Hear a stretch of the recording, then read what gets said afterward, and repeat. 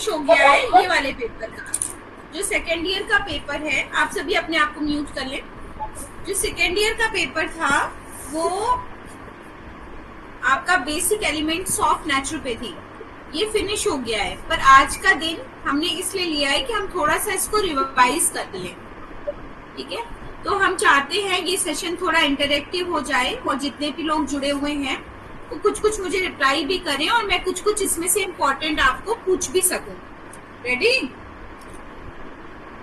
Although आज भी बहुत कम लोग हैं, 4 लोग सिर्फ जुड़ रहे हैं, तो उसमें कुछ ऐसा मजा नहीं है, लेकिन स्टिल आज हमने, क्योंकि हम पहले से नहीं बता पाए और हमें नहीं है हमारे पास पीपीटी।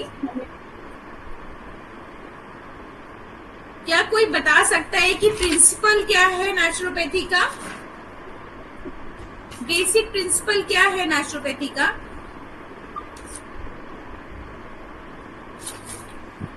सिंपल शब्दों में, हेमंत जी उसको मत खोलिए, साधारण जो भाषा आपको समझ आई है, प्राकृतिक चिकित्सा का सिद्धांत क्या है उसको बता दीजिए। पहले हेमंत जी आप ही बताओ जी। जी नमस्ते। प्रकृति स्वयं चिकित्सक है, ये तो उसकी विशेषता है। बताएं। पंच महाभूतों के द्वारा चिकित्सा, पृथ्वी जल अग्नि वायु आकाश। ठीक है, और कुछ? किस सिद्धांत पे काम करती है, ये तो विशेषता है उसकी।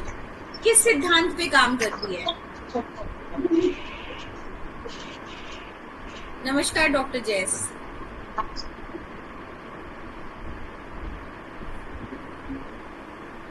नमस्ते मैडम। नमस्ते, कैसे हैं आप?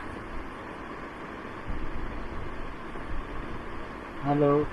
हाँ जी, कैसे हैं आप? नमस्ते मैडम। नमस्ते नमस्ते।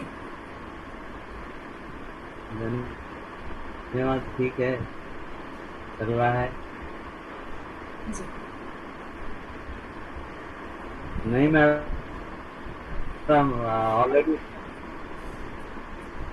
ऑलरेडी ऑन बेड रेस्ट है अभी तो। अच्छा, क्या हो गया? ग्रेविस हो गया है। हाँ जी।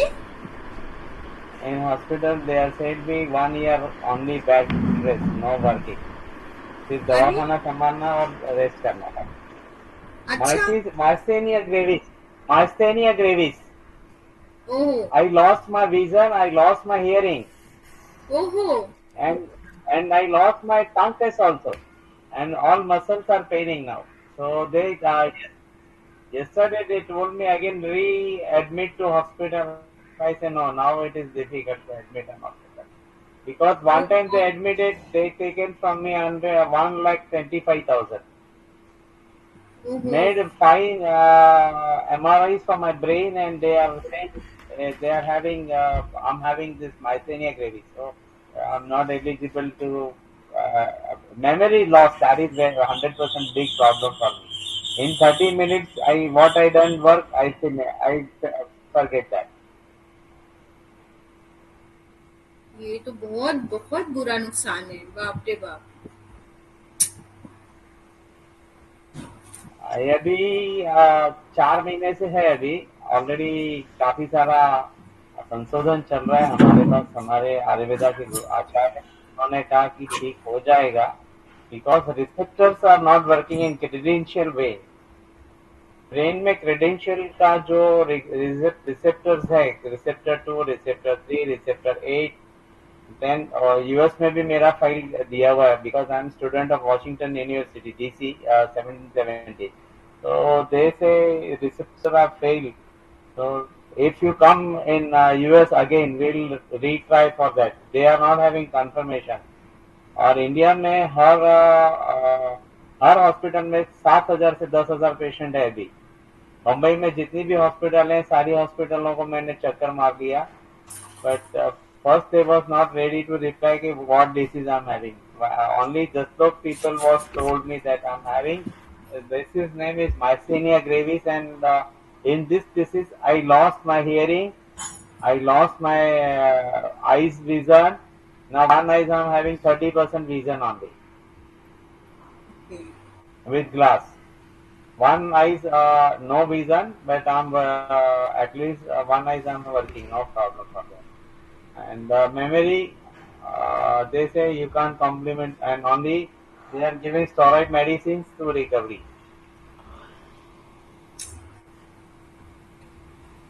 Okay, thanks for asking, ma'am. I'm having file. I will share you, ma'am, if you require for ji any patient's recovery or something. बिल्कुल, आपके पास मेरा नंबर है? हाँ, मिल जाएगा, सर से बता दूंगा। प्लीज, सर को मैंने फॉरवर्ड किया था, आपको भी कर देता हूँ फाइल। ओके 50 पेज प्लीज का नोट। अभी ये अच्छा आपको चलिए, फॉरवर्ड कर, मैं हाँ जी, ठीक, सॉफ्ट फाइल थैंक यू। आपको मैं देता हूँ। अभी अगले हफ्ते में बॉम्बे का सबसे बड़ा इंस्टीट्यूट है जे आर, जहाँ पे सारे एमबीबीएस पास हो रहे हैं, वहाँ का अपॉइंटमेंट मिल गया है न्यूरोलॉजिकल डिपार्टमेंट का। वो अपॉइंटमेंट से 3 महीने के बाद अपॉइंटमेंट मिला ओहो, ये। 3 महीने से हम लोग प्रयास कर रहे थे कि फाइनल आप हम लोग को एक सर्टिफाइड कर दीजिए कि भाई, बिकॉज आप देखते भी मुंबई टफ रहता है, बट अभी वो लोग ने अभी सर्टिफाइड करने के लिए एक्सेप्टेड किया है। अभी मंडे या ट्यूसडे को वहाँ विजिट होगा, फिर मैं आपको अपडेट फाइल देता हूँ उसका। 2-3 दिन में अपडेट फाइल आ जाएगा। अभी बिल्कुल डॉक्टर जैस, मैं भी, क्योंकि मैं भी समझना चाहूंगी और देखूंगी। हाँ, नो प्रॉब्लम। चलिए, गेट वेल सून, जल्दी से जल्दी थैंक यू आपको मैम। आज सडन मिलें कुछ लिंक्स जो आपको अच्छा। ऐसे ही सडन लॉग इन किया, बाकी मैं लॉग इन नहीं करता हूँ फिलहाल। थोड़ा सा टाइम था। चलिए ठीक है डॉक्टर जैस, गेट वेल सून। हाँ, और मुझे थोड़ा सा देखिए, भेजिए जरा रिपोर्ट वगैरह, मैं देखती हूँ। ठीक है। तो सरोज जी, आप बताएं कि प्रिंसिपल ऑफ नेचुरोपैथी क्या है? सभी लोग सुने, प्रतिमा नंदा, हेमंत जी जो जुड़े हुए हैं। हाँ सरोज जी, पहले अनम्यूट करिए। अभी आवाज नहीं आ रही, अनम्यूट करें अपने आप को। जी मैम। नेचुरोपैथी का सिद्धांत है विजातीय क्या कहते हैं, सारे रोग का कारण एक ही है, और चिकित्सा भी एक ही है। और ये मतलब विजातीय तत्वों का इकट्ठा होना ही मर्ज है। फिलहाल तो ये याद आ रहा है। बिल्कुल सबसे बड़ा प्रिंसिपल यही है, accumulation of foreign matter, toxins का इकट्ठा होना, और इसको निकालना ही इसका प्रिंसिपल है। हा? तो जैसे हमारा आयुर्वेद वात पित्त कफ को काम करता है, एलोपैथी जर्म्स वायरस बैक्टीरिया पे काम करती है, इसी तरह एक्युमुलेशन ऑफ फॉरेन मैटर यानी विजातीय द्रव्य के इकट्ठे होने पर काम करती है नेचुरोपैथी। तो प्राकृतिक चिकित्सा का प्रिंसिपल है कि कहीं पर भी रोग है तो इसका कारण है विजातीय तत्वों का इकट्ठा होना, और अगर हम उसको निकाल दें किसी भी तरह से तो हम शरीर स्वस्थ कर सकते हैं। ठीक। दूसरा प्रिंसिपल है कि होलिस्टिक हेल्थ पे काम करता है। ठीक, योग भी करता है, तो हमारे पूरे संपूर्ण शरीर पे एक साथ काम करती है प्राकृतिक चिकित्सा। ठीक है। कैरेक्टरिस्टिक्स तो बहुत सी हैं। अभी आपको एक और पॉइंट पढ़ा, पंच महाभूत सिद्धांत है ना। पंच महाभूत सिद्धांत, जिन 5 तत्वों से हमारा शरीर निर्मित है, उन्हीं 5 तत्वों से चिकित्सा होती है। ठीक, कौन से 5 तत्व हैं हेमंत जी? मैम, पृथ्वी, जल, अग्नि, वायु, आकाश। जी।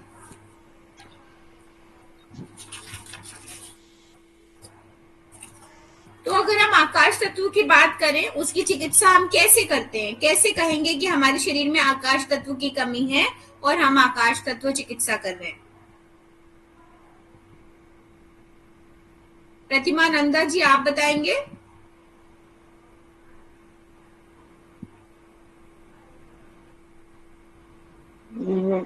मैं गला आ नहीं रहा है, बाहर हूँ मैं, मेरी तबीयत ठीक नहीं है। अच्छा, ठीक ठीक।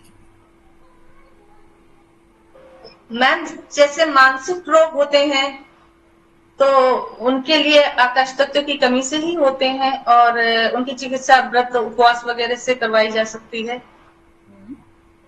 मानसिक रोग, शारीरिक रोग नहीं ठीक होंगे। नहीं, होते हैं पेट की, जैसे वो अपच वगैरह है, और जठराग्नि का कमजोर होना है, तो वो उपवास से ठीक होते हैं। पहले तो आकाश का शाब्दिक अर्थ है खाली स्पेस, स्थान, है ना, रिक्त स्थान, जी ये पता जी होना चाहिए। अब वो जी पता है तो हम सीधे सीधे कनेक्ट कर पा रहे हैं हम कि आकाश तत्व मानी रिक्त स्थान। तो रिक्त स्थान आपको दिमाग में भी देना है और शरीर में भी देना है, दोनों बातें। अगर लगातार विचार आ रहे हैं, विचार आ रहे हैं, विचार आ रहे हैं, तो इंसान एंजाइटी में है। उसको हमें शून्य में रहना सिखाना है, सकारात्मक विचारों से भरना है। और अगर पेट में खूब ठूस ठूस के भरा हुआ है तो भोजन से उपवास कराना है ना। तो इस तरीके से हमारे दो पैरामीटर्स हैं जिन पर हम आकाश तत्व की पूर्ति करते हैं।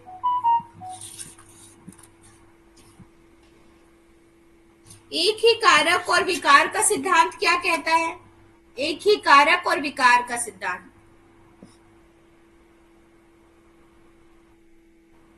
हेमंत जी, कन्वर्सेशन कीजिए, बुक में मत ढूंढिए, उसको पढ़ के कैसे बताएंगे, ऐसे बताइए। एक ही कारक मतलब एक ही कारण, विकार का सिद्धांत।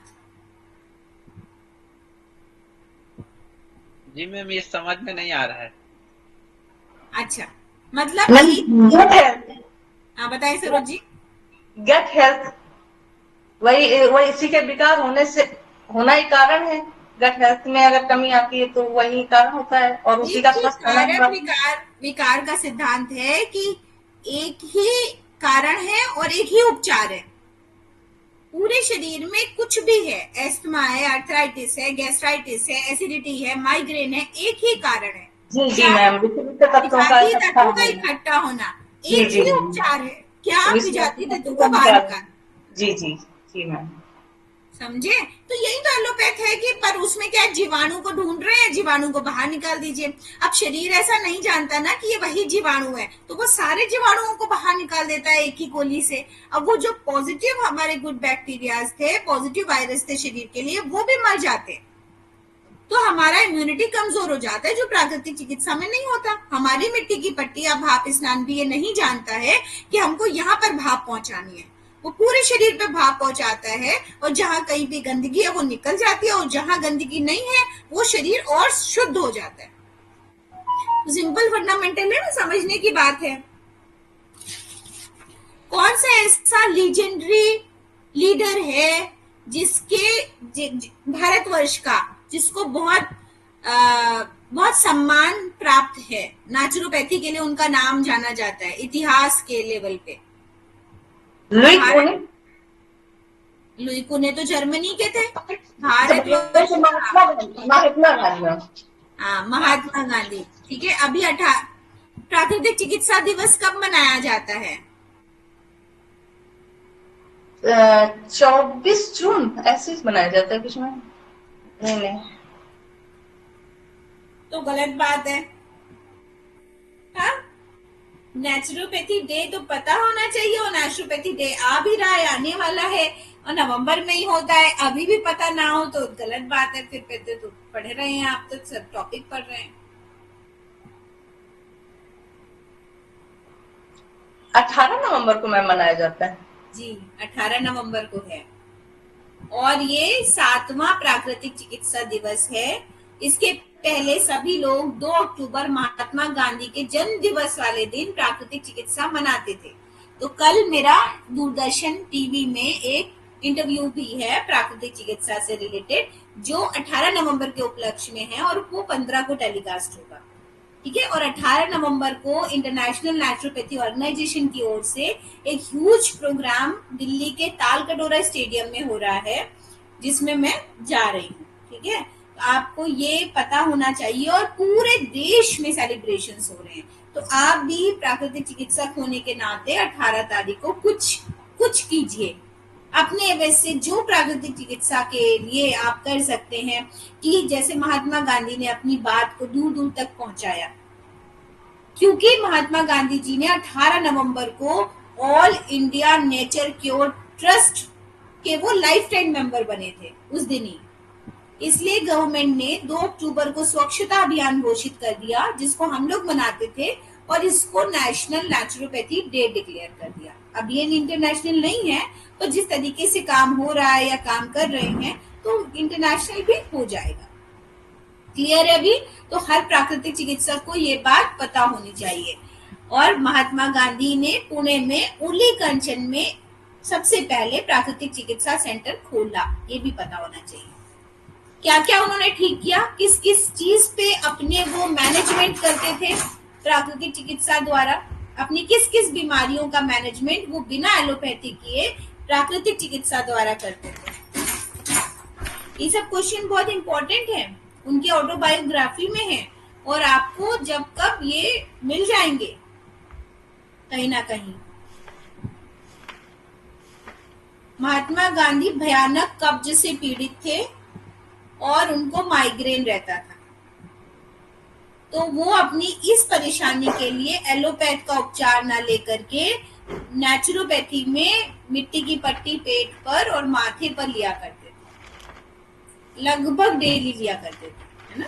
और अपने बच्चे का उन्होंने टाइफाइड का उपचार प्राकृतिक चिकित्सा में जो ऊनी सूती पट्टी लपेट है, गीली चादर की लपेट, उससे उसको ठीक किया और फिर उनका विश्वास जागा तो उन्होंने एक किताब भी लिखी और बहुत सारे लोगों को उससे ठीक किया। स्वास्थ्य की कुंजी, की टू हेल्थ नाम की किताब महात्मा गांधी की लिखी हुई है, बहुत छोटी सी पतली सी, ठीक है। बाकी तो हर किसी चीज पे उन्होंने विचार अपने किए हैं।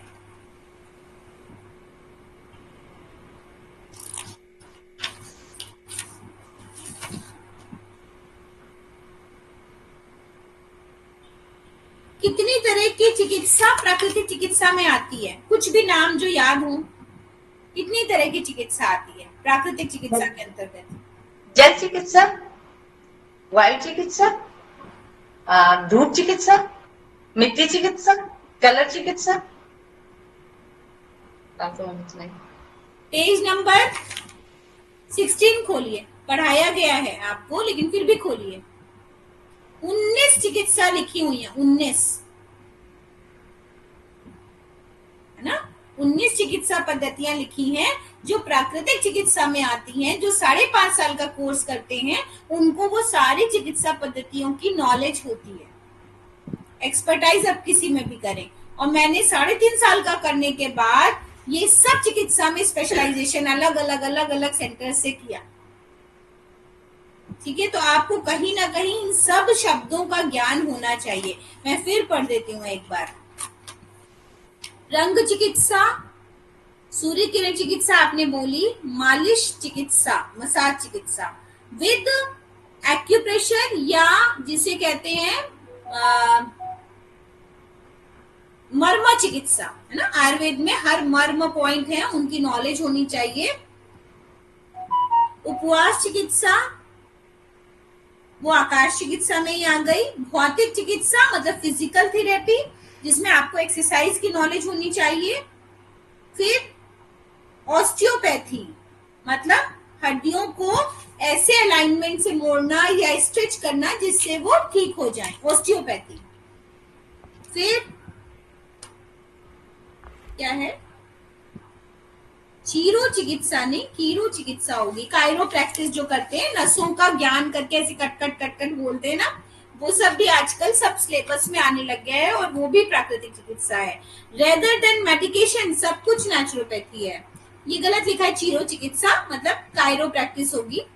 विद्युत चिकित्सा, आहार चिकित्सा, जड़ी बूटी चिकित्सा, मंत्र चिकित्सा, विश्वास चिकित्सा मतलब अगर व्यक्ति को आप ठीक कर रहे हैं, वो बार बार बीमार पड़ रहा है, तो उसके अंदर मतलब विश्वास की कमी है। आजकल जिस लेवल से लोग आ रहे हैं और वो बड़ी बड़ी बीमारियां लेके आ रहे हैं, तो वो इतना डरे हुए हैं कि वो ठीक कैसे होंगे। तो आपको सकारात्मक सुझाव और विश्वास उनके अंदर पैदा करना पड़ेगा, तब वो ठीक होंगे। संगीत चिकित्सा, इस पे तो बहुत सारे लोग पीएचडी कर रहे हैं, जिसमें म्यूजिक थेरेपी, कितने हर्ट्ज का साउंड आपके ब्रेन के लिए अच्छा है और अलग अलग बीमारी के लिए अलग अलग हर्ट्ज के साउंड अवेलेबल हैं। मेमोरी के लिए अलग हैं, डिप्रेशन के लिए अलग हैं, एंजाइटी के लिए अलग हैं, इवन ऑल्दो गैस्ट्राइटिस के लिए अलग हैं, पेन के लिए अलग हैं। उन म्यूजिक को आपको सुनना रहता है और वो उसी फ्रीक्वेंसी पे काम करती हैं और वो उसमें इम्प्रूवमेंट होता है। और कुछ म्यूजिशियन या आर्टिस्ट भी इस तरफ उनका रुझान बढ़ रहा है, क्योंकि वो जब उस हर्ट्ज की म्यूजिक को गाना गाते हैं या बोलते हैं तो मरीज ठीक होता है, रिस्पॉन्ड करता है। ठीक है, तो ना ज्यादा पर बेसिक हर्ट्ज का नॉलेज हो करके आप ये इनबिल्ट कर सकते हैं कि जब आप मेडिटेशन करा रहे हैं, जब आप योग निद्रा करा रहे हैं, तो आपने पेशेंट को ये वाली म्यूजिक लगा दी और उन वाइब्रेशंस में रहने को कहा। तो ये सारी चीजें एक दूसरे से जुड़ी हुई हैं। मनोचिकित्सा मतलब साइकोलॉजी समझना पेशेंट की और साइकोलॉजिकल तरीके से उसकी काउंसलिंग करना। विश्राम चिकित्सा यानी योग निद्रा, रिलैक्सेशन थेरेपी। व्यायाम चिकित्सा यानी योग चिकित्सा भी है, व्यायाम भी है। तो बहुत सारे लोग योग करने के लायक नहीं होते हैं, हर बार हर व्यक्ति को योग नहीं करा सकते, तो वहां पर हम उनको सिंपल सूक्ष्म व्यायाम या व्यायाम की कोई कैटेगरी, या मान लीजिए किसी को मसल स्ट्रेंथ बढ़ानी है, तो हम थोड़े ना कहेंगे अरे ये तो बॉडी बिल्डिंग का काम है, आप जिम में जाओ। हमको पता होना चाहिए ये भी नेचुरल है ना, ईटा उठाना, डंबल उठाना। तो डंबल क्योंकि आप जिम में रखा है इसलिए वो डंबल है, इसलिए क्योंकि वो इजी कैरिंग है। अदरवाइज पत्थर उठा ले तो वो नॉर्मल है, आया तो वहीं से ना कि अगर किसी की मसल स्ट्रेंथ नहीं है, उसको ताकत देनी है, पैरों में ताकत देनी है, तो ईटा बांध के उठाते हैं ना। तो ये पुरानी किताबों में आपको मिल जाएगा। तो सब है तो प्राकृतिक चिकित्सा का पार्ट। तो जहां पर भी दवा औषधि यूज नहीं हो रही वो सब प्राकृतिक चिकित्सा। ठीक है, अदरवाइज 5.5 साल वालों को भी उससे अच्छा प्राकृतिक चिकित्सा का एक्सप्लेनेशन नहीं आता है जितना आप पढ़ रहे हैं, लेकिन उनको ये सब भी तो पढ़ाते हैं, नहीं तो 5.5 साल में क्या पढ़ाएंगे, है ना। रिपोर्ट्स पढ़ना है, ब्लड प्रेशर मेजर करना है, और आपको बेसिक मेडिकेशन भी शायद नेचुरोसिटिकल्स की नेचर की कुछ दवाओं का नॉलेज देना है, हर्ब्स की नॉलेज देना है, ये सबसे पूरा कंटेंट रहता है। ये सब तो हमने आपको पढ़ाया, आप तो रेगुलर रहे हैं ना पूरा, ये तो पूरा रेगुलर है ना हेमंत जी। ये तो elementary basic element of naturopathy तो रेगुलर है ना आप, जब से मैं पढ़ा रही हूँ। जी मैम। ठीक है, ठीक है।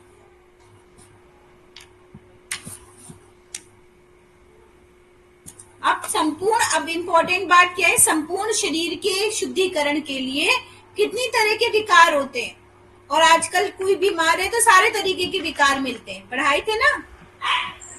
तो अगर हम उसको जनरल बात में कितनी तरह के विकार हैं, ऐसे ही सोचिए। मन में विकार है ना, मन में विकार है, मन उलझा हुआ है, रीढ़ की हड्डी में विकार है, सर्वाइकल है, लंबर है, कोई गैस भी है साथ में, तो पेट में विकार है, पाचन तंत्र का विकार है। ठीक, तो मल विकार, पेट नहीं साफ हो रहा है, मल विकार, मन विकार, नाड़ी विकार, है ना। मल विकार, नाड़ी विकार, मन विकार, बुद्धि विकार और रक्त विकार, 5 तरह के विकार। तो ब्लड ही खराब हो गया, ब्लड का पीएच एसिडिक हो गया, तो हमारा पूरी बॉडी इन्फ्लेम्ड हो गई। Page number 20।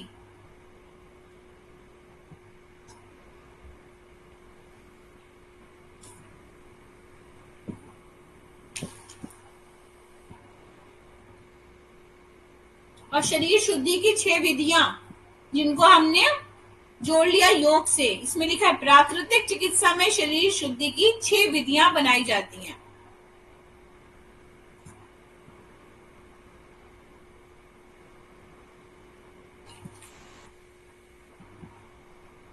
जलनेति, वस्ती, धौती, नौली, त्राटक, कपालभाति। ठीक है, तो हमें पेशेंट को बड़ी बड़ी की हमारे पास स्टीम बात नहीं है तो हम ठीक नहीं कर पाएंगे, त्राटक कराइए। इनमें से कौन सी ऐसी चीज है जो व्यक्ति घर में जरा से 6x6 में नहीं कर सकता, है ना। थोड़ी सी जगह में जलनेति करा सकते हैं, एनिमा सिखा सकते हैं, एडवाइस कर सकते हैं, कुंजल करा सकते हैं, पेट के व्यायाम बता सकते हैं, त्राटक करा सकते हैं, कपालभाति करा सकते हैं।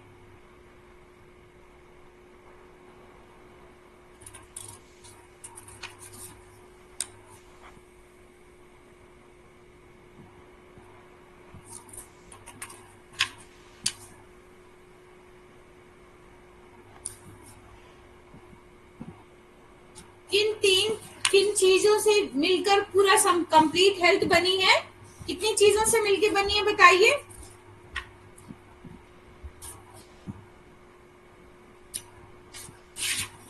हेल्थ के 4 पिलर्स है ना कि 3 है?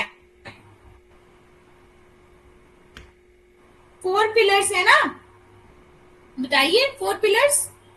मेंटल, मानसिक, शारीरिक, सामाजिक, आध्यात्मिक, है ना। तो अगर व्यक्ति पड़ोसी से अच्छा व्यवहार नहीं करता, पेशेंस नहीं है, वॉयलेंस करता है, तो वो भी एक अच्छा व्यक्ति, मतलब स्वस्थ व्यक्ति नहीं है। और अगर व्यक्ति मानसिक रूप से खुश नहीं रहता है, हर दिन को जॉयफुल नहीं जीता है, अच्छे से बात नहीं करता है घर में, या उसका मूड अच्छा नहीं रहता है, टेम्परामेंट लूज है, तो वो मानसिक रूप से विक्षिप्त है। शारीरिक दृष्टि से उसको कहीं दर्द है, पेट साफ नहीं होता है, नींद नहीं आती है अच्छी, तो वो शारीरिक रूप से अस्वस्थ है। आध्यात्मिक रूप से अस्वस्थ व्यक्ति न सिर्फ पूजा पाठ से मतलब नहीं है, आपके अंदर कितना ग्रेटिट्यूड है ना, कितना दूसरों के प्रति आभार व्यक्त करते हैं आप, कितना माफ करने की ताकत है आपके अंदर, वो है स्पिरिचुअलिटी ना। स्पिरिचुअलिटी राधे राधे कर रहे हैं और पीछे से गाली दे रहे हैं, उससे कोई फायदा नहीं है ना। स्पिरिचुअलिटी वो है कि आपको गरीबों का दर्द पता हो, आपको ये पता हो जो आपके साथ आपके नीचे काम कर रहे हैं उनसे आप कैसे बात कर रहे हैं, कैसे व्यवहार कर रहे हैं, हाँ, और उनकी तकलीफ में भी आप शामिल रहें। आध्यात्मिकता है ना, और एक सुप्रीम गॉड के प्रति जो सरेंडर होना चाहिए कि हम सब उनकी औलाद हैं, उनकी संतान हैं, और कहीं कहीं पर ईश्वर की मर्जी मान के हमें लेट गो करना पड़ेगा। हर चीज नहीं मिल जाएगी, मेहनत से भी नहीं मिलेगी कभी कभी ना।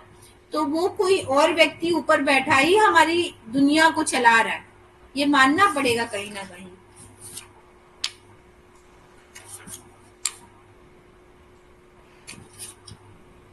तो हेमंत जी आप जवाब नहीं देंगे तो हमको लगेगा हमने अच्छा नहीं पढ़ाया, ऐसा ही है? नहीं मैम, हाँ, अभी आगे वाला कोर्स में कुछ सुधार करना हो तो बताइए, जिससे आपको याद रहे, कुछ कमी रह गई पढ़ाने में या क्या? हाँ जी, ठीक लग रहा है ना पढ़ाने पे? आपको सब समझ में आता है?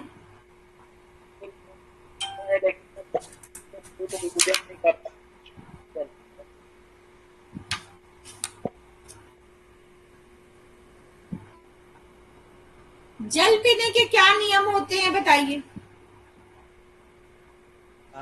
जल पीने के लिए तो हमको जल पीना चाहिए, और सुबह जो पीने से बहुत अच्छा लाभ होता है, और घूंट घूंट के पीना चाहिए।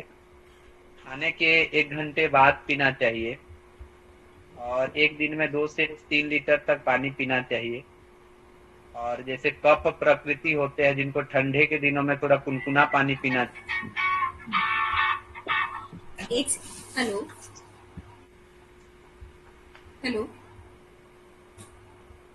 जी, हाँ सरोज जी, हाँ बताइए बताइए हेमंत जी बताइए। बोलते खाना को जो है पानी को खाने की जैसे चबा चबा के खाना चाहिए, और खाने को पानी के जैसे पीना चाहिए। हमारा डाइजेस्टिव सिस्टम अच्छा रहता है, और पानी का जो गुण है वो हमारे अंदर में समाहित होगा, क्योंकि हमारे शरीर में लगभग 70% जल है। तो इसलिए पानी को अच्छे से पीना चाहिए, छान के पीना चाहिए, उबाल के, उसका टेस्ट भी अच्छा होना चाहिए। बहुत बढ़िया। कुछ ऐसा छूटा है क्या सरोज जी जो आप कहना चाहेंगी? ऐसा वैसे तो उन्होंने बहुत कवर किया है, सब कुछ कवर किया है। जी मैम, उन्होंने सब कुछ बता दिया है, और बस यही है, सुबह थोड़ा सा पानी गुनगुना करके उठो बैठ कर पिए, और थोड़ा चबा चबा कर पानी पिए, यही है। और मैम खाने से आधे घंटे, कम से कम आधे घंटे पहले पानी पी लें, और लगभग 1 घंटे बाद पानी पिए।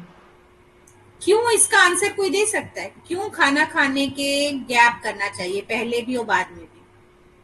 जी मैम, क्योंकि जब हम खाने से पहले तुरंत पिएंगे तो हमारे मूत्र पिंड में जाने तक लगभग 40 मिनट लग जाता है, और यूरिन पास हो जाता है। और फिर अगर खाने के तुरंत बाद पिएंगे तो हमारा जठर मंद हो जाएगा।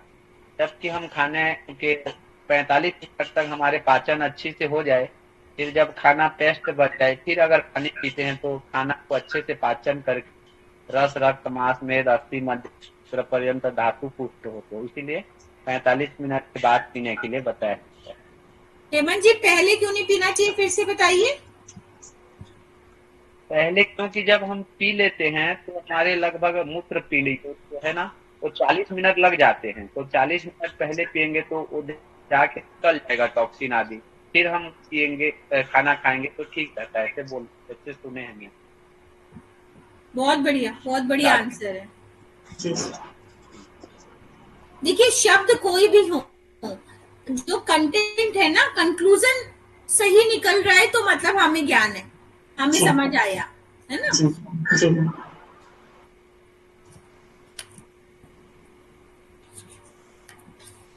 आप सरोज जी विश्राम के नियम बता दीजिए।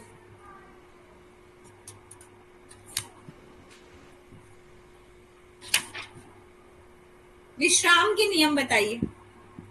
मैम अभी ऐसे तो नहीं आ रहा है विश्राम के नियम मुझे। अरे ऐसे लॉजिकली, अभी देखिए हेमंत जी ने लॉजिकली आंसर दिया। विश्राम करने का क्या नियम होना चाहिए, कैसे विश्राम करना चाहिए हमको? शब्द नहीं दे पा रहे, सॉरी मैम नहीं दे पा रहे तो। आपको कुछ याद आ रहा है हेमंत जी, विश्राम कैसे करना चाहिए? जब हम सुबह उठते हैं तो हम तरोताजा रहते हैं, और जब दिन भर हम कार्य करते हैं 8, 10, 12 घंटा तो शरीर पूरा थक जाता है, मन थक जाता है, विचार बुद्धि थक जाती है। तो जैसे आहार जरूरी है, निद्रा जरूरी है, श्रम जरूरी है, संयम जरूरी है, तो ऐसे हमें विश्राम का भी जरूरी है। तो जब विश्राम करते हैं तो हमारा सेल आदि पुनः फिर से तरोताजा हो जाते हैं, हमारे शरीर की विचार करने की क्षमता, हमारे बुद्धि, शरीर का थकान। तो विश्राम करने से फिर हम जैसे मोती को चार्ज करते हैं, फिर वो चार्ज होके फिर पुनः बात करने योग्य हो जाता है। उसी प्रकार हम तन मन विचारों से अगर विश्राम दे दें तो फिर हम पुनः चार्ज हो सकते हैं और फिर अपने कार्यों को सुचारू रूप से चला सकते हैं। नहीं, ये जो अभी तो आपने बताया विश्राम क्यों करना चाहिए, आपका आंसर था विश्राम करना चाहिए, है ना, क्योंकि शरीर थकता है। विश्राम का क्या नियम है, कैसे विश्राम करें? जैसे अगर हम नहीं करेंगे तो हमारे शरीर में कमजोरी आ जाएगी। नहीं, फिर आप उसी बात का आंसर दे रहे हैं कि अगर हम विश्राम क्यों करें कि ना करें। हाँ? हम पूछ रहे हैं विश्राम कैसे करें, शब्द क्या है विश्राम, क्या कहता है, क्या बता रहा है? लेफ्ट साइड में सोना चाहिए। हाँ जी, लेफ्ट साइड से सोना चाहिए आपको। विश्राम करने के लिए हमेशा लेफ्ट साइड से सोना चाहिए। खाना खाने के बाद तुरंत नहीं सोना है, कम से कम 30 मिनट के बाद सोया जाता है।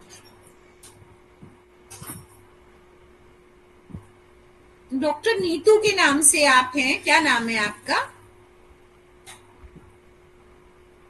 मैम अभी वहाँ पे मैं लॉगिन में हूँ, मैडम के साथ में हूँ अभी। हाँ जी, मैडम डॉक्टर जयेश बात कर रहा हूँ मैम। ओहो, सॉरी अगेन सॉरी, ठीक है।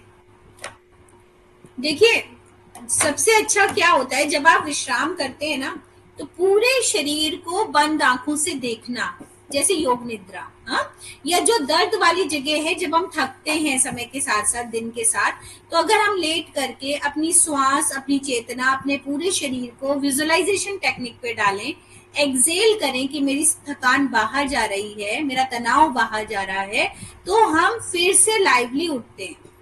तो विश्राम का कॉन्सेप्ट यही है कि ऐसा नहीं है कि यार बहुत दुख रहे हैं, पटक रहे हैं, हाथ पटक रहे हैं, बाम लगा रहे हैं, जस्ट लाई डाउन और उस जगह को बंद आंखों से देखना। अगर किसी ने विपश्यना करी हो तो हम उसको समझ सकते हैं कि उन कोशिकाओं को देखना बंद आंखों से और इनको हील करना कि वो स्वस्थ हो रहे हैं।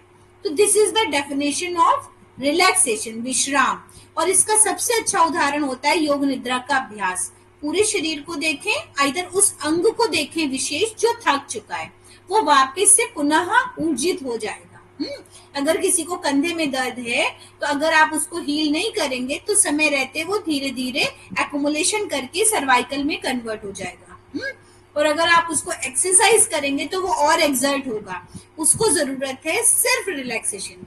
आप सीधा लेट जाएं या सीधा बैठ जाएं और अपने ध्यान को उस जगह पर केंद्रित करें, वो ही रिलैक्सेशन है। आपका वो पार्ट पूरी तरह रिलैक्स हो जाएगा।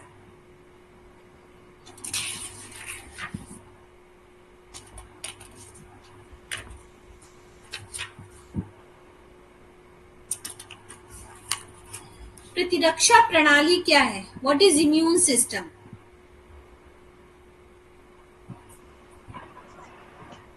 मैम, जैसे सर्दी जुकाम वगैरह होते हैं तो उनको जल्दी से रिकवर करना ही प्रतिरक्षा प्रणाली है। सर्दी जुकाम बुखार जो भी होते हैं उनको तेजी के साथ रिकवर करता है, वही प्रतिरक्षा प्रणाली है हमारी।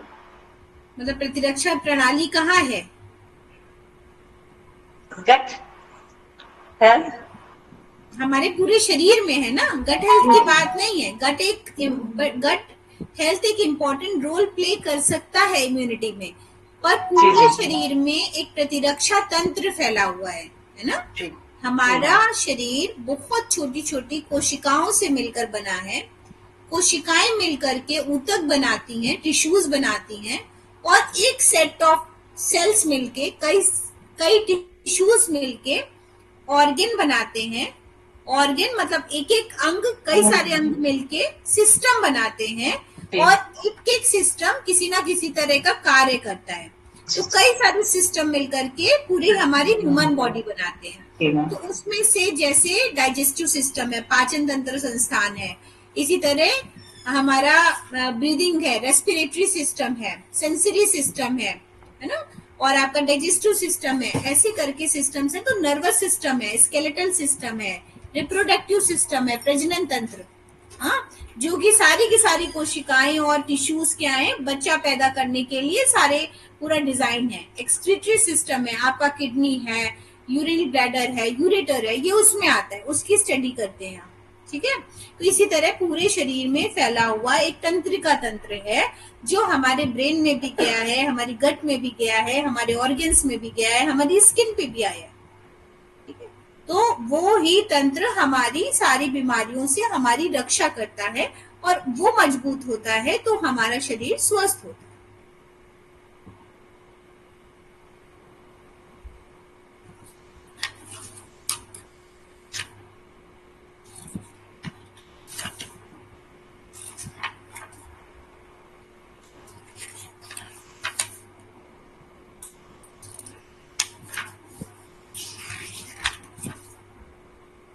नाड़ी देखने की प्रैक्टिस की आप लोगों ने, हेमंत जी, सरोज जी?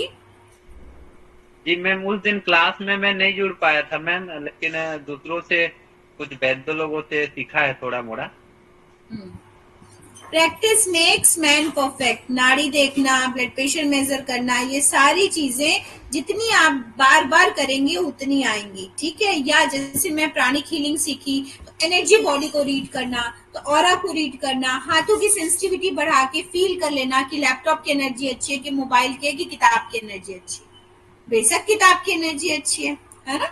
सो ये एनर्जी हल्की से जो टेम्परेचर डिफरेंस होगा उसको महसूस कर लेना। तो ऐसा नहीं होता है कि बस आपने पकड़ो और समझ गए। तो मैंने ये बताया कि जो आपका यहाँ पर लेफ्ट हैंड है, लेफ्ट के index finger, middle finger, ring finger, ऐसे आंखों को बंद करें, 1 मिनट का टाइमर लगाएं।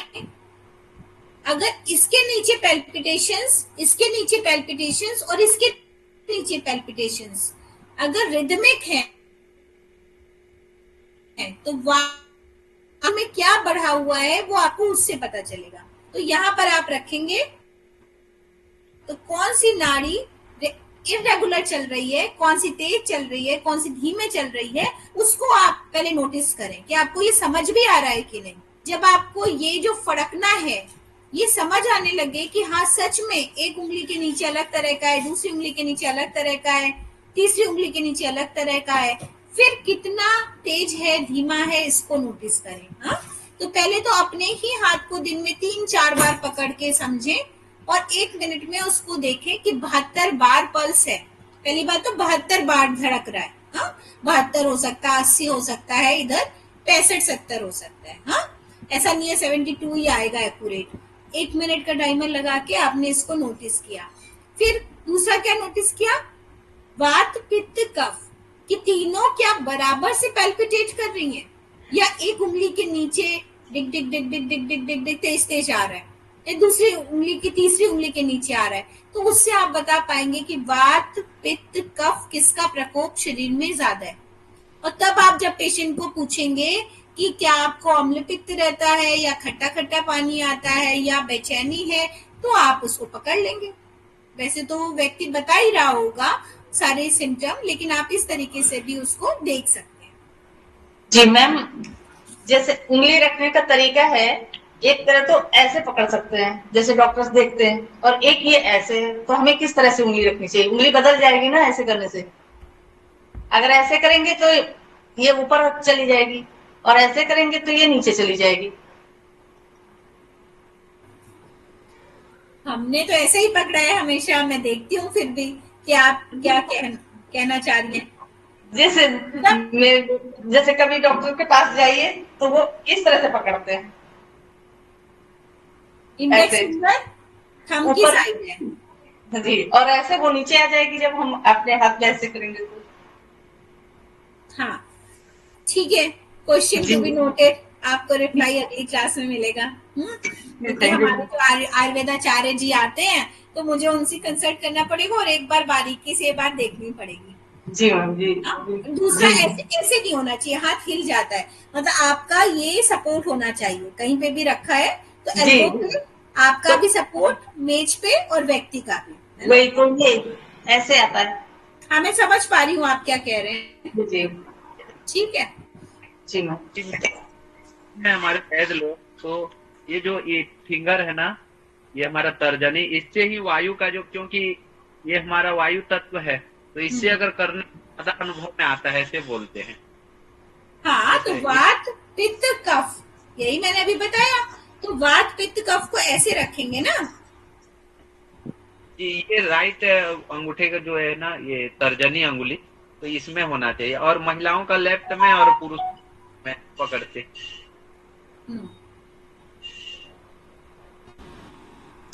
ये हेमंत जी शायद वैसे ही बता रहे हैं जैसे मैं पूछ रही हूँ, इस तरह से पकड़ से। ये ऊपर रहती है तर्जनी। अच्छा, ये इंडेक्स फिंगर आपकी इस लेन के नीचे आएगी, पहले आएगी, है ना, बात ऐसा। जी जी। पित्त फिंगर। ऐसे डॉक्टरों को देखते हुए हमने देखा है, लेकिन अब कंफर्म करना है कि सही तरीका क्या है। ठीक, चलिए, तीव्र रोग और जीर्ण रोग क्या है? जी मैम, तीव्र रोग सर्दी जुकाम बुखार जो अचानक से हो जाते हैं, और जीर्ण रोग जब यही रोग लगातार बने रहते हैं और उनको हम दवाओं से रोक देते हैं, वो जीर्ण रोग बन जाते हैं। ठीक है हेमंत जी, तो डायरिया तीव्र रोग है कि जीर्ण रोग है? डायरिया तीव्र रोग है। और एस्थमा तीव्र रोग है कि जीर्ण रोग है? जीर्ण रोग है मैम। जीर्ण रोग है ना। ठीक,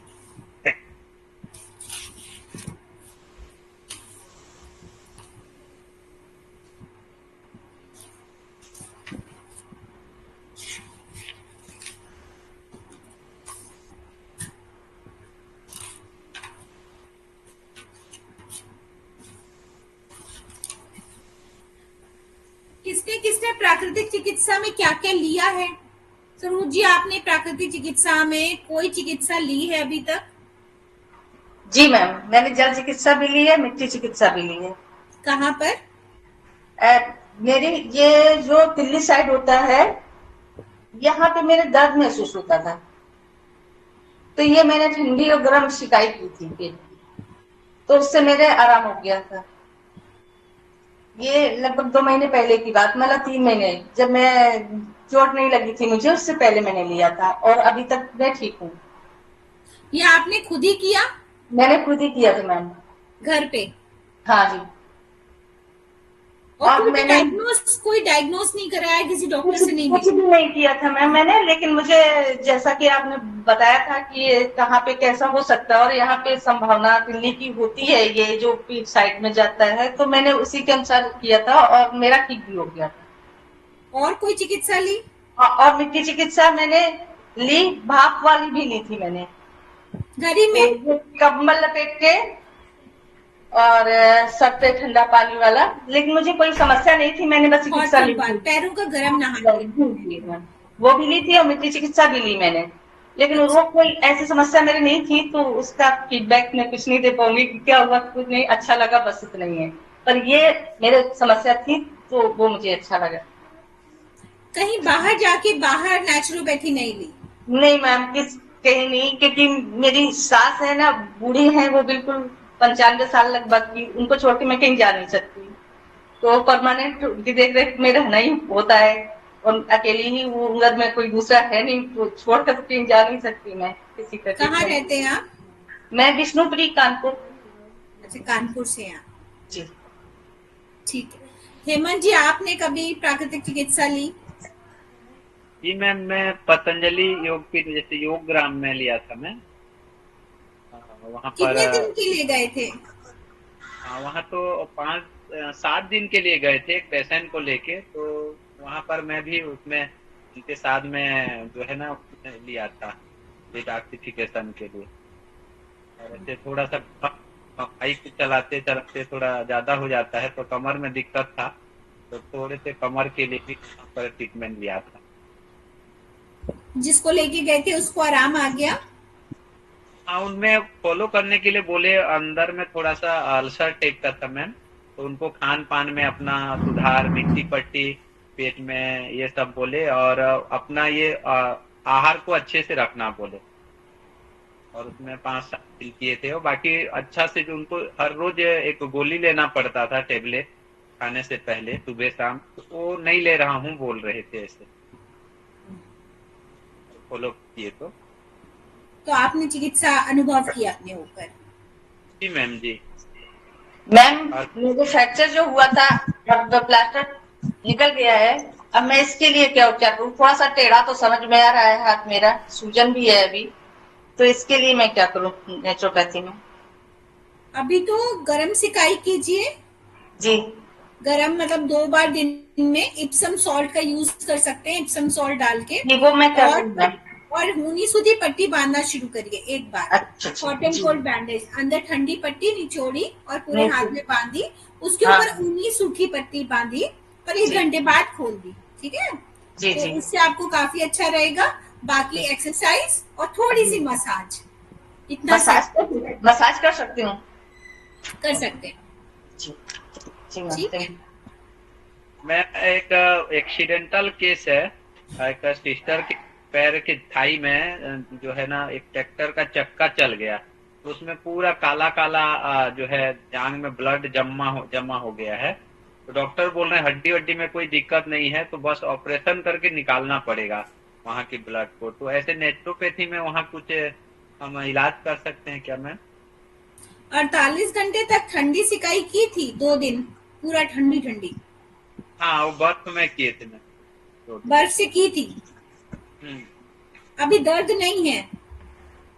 दर्द तो है, लेकिन वो ब्लड जमा जमा जैसे काला धब्बा हो गया है। हाँ ठीक है। तो अगर 48 घंटे बाद गरम सिकाई कंटिन्यू की?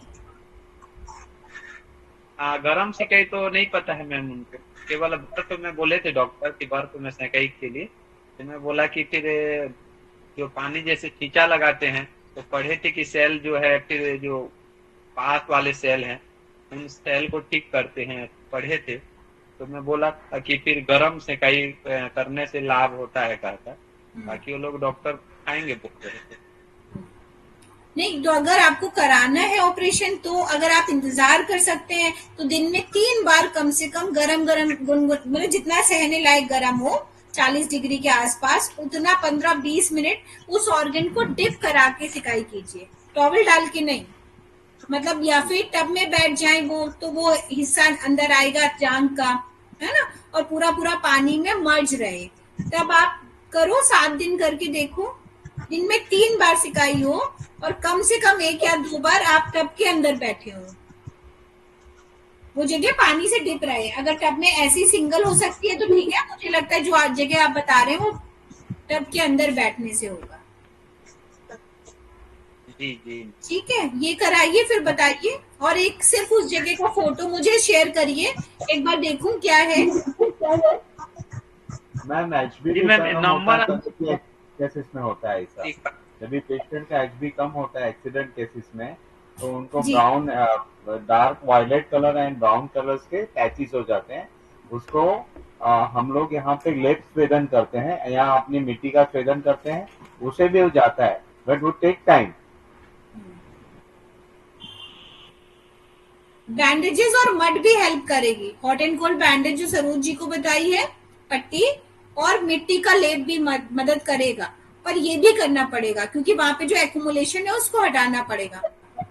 मगर उनका एचबी अगर कम है तो नहीं जाता है जल्दी से। एचबी का हाँ, कंट्रोल देखना जरूरी है। एक बार पेशेंट का हीमोग्लोबिन कितना है वो टेस्ट करा लीजिए। डायबिटीज एक बार चेक कराइए और हीमोग्लोबिन चेक कराइए, ठीक है। और आप मेरा नंबर ले लो, मुझे पर्सनली कंसल्ट कर लीजिएगा। 9793849333 979 क्या बोले मैम? 9793849333 जी मैम। ठीक है। और मैम ये हाँ मैंने भी ले लिया मैम आपका नंबर। हाँ मैंने भी ले लिया मैम आपका नंबर। साइटिव मैं जी नर्व नहीं अगर सुन- किसी का दम जी, मैम तो कमर से नीचे में भी बिठाते हैं, तो क्या वो ज्यादा लाभकारी होता है मैम? कमर के नीचे। कमर के नीचे कमर से नीचे तक पानी में बिठाते हैं, तो उसमें जो सूजन आ जाता है साइटिक नर्व में, तो इसमें क्या लाभ होता है? नहीं, मैं लाभ क्या कुछ अलग डेफिनेटली होता है, डेफिनेटली होता है। जो मेरा तरीका है उसमें हम पोटली शेक भी देते हैं, पोटली बालू की पोटली और हर्ब्स की पोटली से सिकाई करते हैं।